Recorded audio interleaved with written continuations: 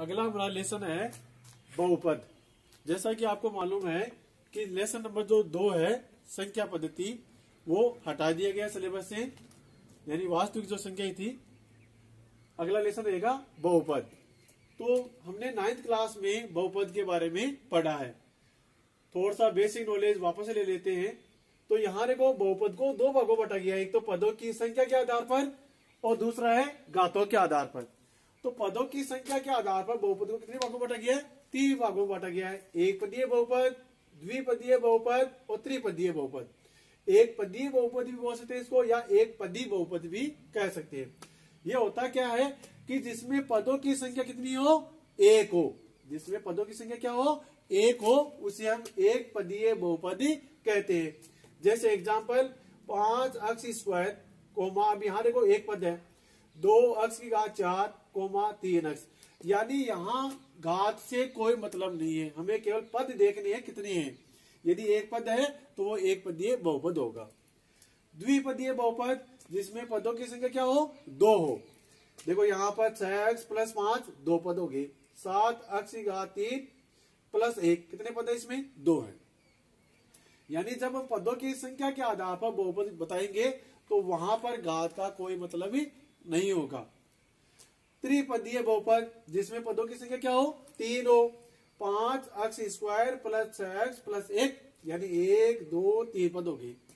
6 अक्स की घात 4 + 5 अक्स की घात 2 + 4 कितने पद हो गए? 3। तो ये हो गया पदों की संख्या के आधार पर। दूसरा आता है घातों के आधार पर। घातों के आधार पर पहला होता है रेखिक बहुपद, जिसमें चर की उच्चतम घात क्या हो? 1 हो, उसे हम रेखिक बहुपद कहते हैं। और ये जो रेखिक बहुपद है वो ax + b के रूप का होता है। अब यहाँ देखो कितने पद है? 1 और 2। इसका अर्थ है इसमें अधिकतम कितने पद हो सकते हैं? 2 पद हो सकते हैं, ज्यादा से ज्यादा 2 पद हो सकते हैं। 5x, 3x + 2। तो यहाँ देखो चर की उच्चतम घात कितनी है? 1 है, यानी x है, इसकी पावर क्या है? 1 है, तो ये रेखिक बहुपद है।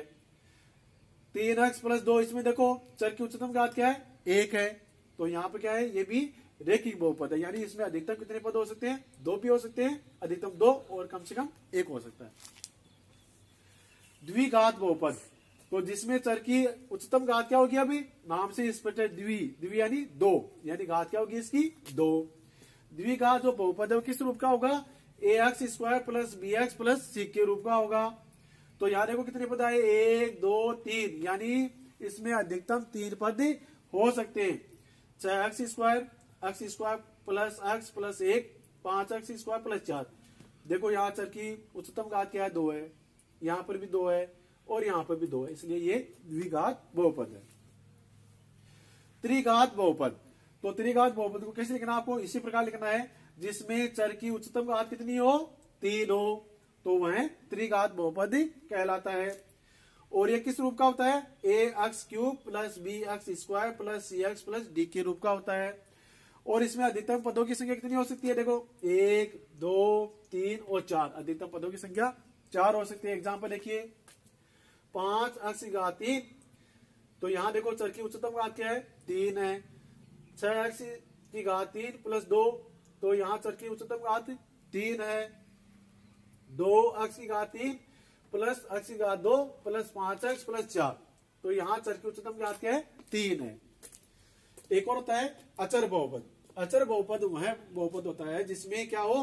चर की घात क्या हो? 0 हो, तो उसे हम अचर बहुपद कहते हैं। जैसे एग्जाम्पल यहाँ लिखा हो 5 होता है, जैसे आपको कोई भी चर देखिए 5 3 कुछ भी देर का, तो वो हमेशा क्या होता है? आपका अचर बहुपद होता है। एग्जाम्पल समझो, जैसे 5 अक्स की घात मैंने क्या लगा दी? 0 लगा दी, तो हम इसको ऐसे लिखते हैं 5 गुणा अक्स की घात 0।